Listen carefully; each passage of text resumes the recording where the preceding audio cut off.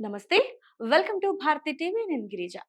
Visakha steel plant ప్రమాద ఘటనలో మృతి చెందిన వారి కుటుంబ సభ్యులని ఆసుపత్రిలో చికిత్స పొందుతున్న వారిని డిప్యూటీ సీఎం పవన్ కళ్యాణ్, మంత్రి నారా లోకేష్ పరామర్శించారు. ముందుగా కిమ్స్ ఐకాన్ ఆసుపత్రిలో చికిత్స పొందుతున్న వారిని పవన్ కళ్యాణ్ పరామర్శించారు.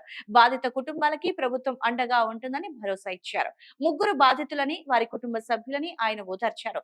ఘటన జరిగినప్పుడు షిఫ్ట్ లో ఎంతమంది ఉన్నారన్న దానిపై పవన్ కళ్యాణ్ ఆరా తీశారు. ప్రమాదానికి గల కారణాలపై అధికారులని అడిగి తెలుసుకున్నారు.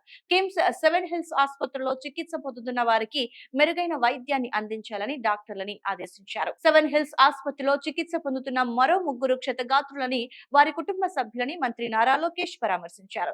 సూరిబాబు, పైడిరాజు, శ్రీనివాసులని పరామర్శించిన ఆయన ప్రభుత్వ పరంగా అన్ని విధాలుగా బాధిత కుటుంబాలకి జీవితాంతం అండగా ఉంటామని హామీ ఇచ్చారు. ఈ సందర్భంగా లోకేష్ మాట్లాడుతూ, అందరం కలిసి పోరాడడం వల్లే స్టీల్ ప్లాంట్ ని కాపాడుకోగలిగామన్నారు. ప్రమాదంపై కమిటీ నివేదిక తర్వాత తగిన చర్యలు తీసుకుంటామని తెలిపారు. ఈ సందర్భంగా విశాఖ స్టీల్ ప్లాంట్ లో మెటల్ లిక్విడ్ లాడిల్ పేలడంతో జరిగిన ప్రమాదంలో దాదాపుగా 8 మంది కార్మికులు చనిపోవడం బాధాకరమని ఏపీ ఉప ముఖ్యమంత్రి పవన్ కళ్యాణ్ పేర్కొన్నారు.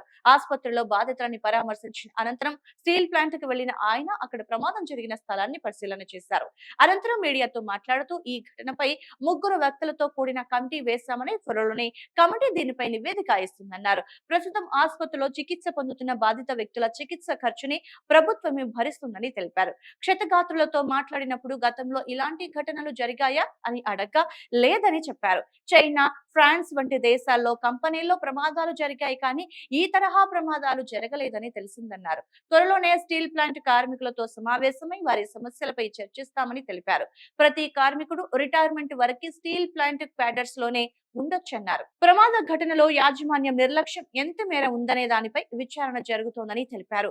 యాజమాన్యాలు సేఫ్టీ ఆడిట్ ఎంతవరకు చేస్తున్నాయి, చిన్న చిన్న లోపాలుంటే యాజమాన్యం దృష్టికి తీసుకువెళ్లారా, వయోలేషన్స్ పై యాక్షన్ తీసుకున్నారా, వయోలేషన్స్ ఉన్నాయని చెప్పినా ఎవరు రెస్పాండ్ కాలేదని కార్మికులు చెప్తున్నారంటూ పేర్కొన్నారు.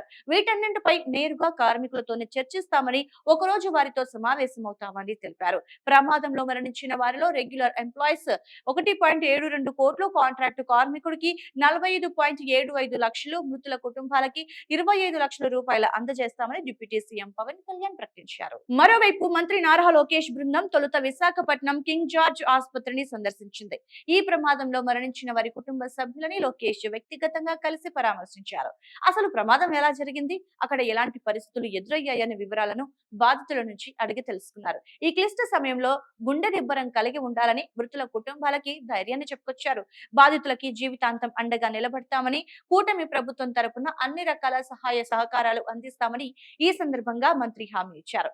అందరం కలిసి పోరాడడం వల్లే విశాఖ స్టీల్ ప్లాంట్ ని కాపాడుకోగలిగామని గుర్తు చేసిన ఆయన, ఈ ఘోర ప్రమాదంపై కమిటీ నివేదిక వచ్చిన వెంటనే బాధ్యులపై కఠిన చర్యలు తీసుకుంటామని స్పష్టం చేశారు.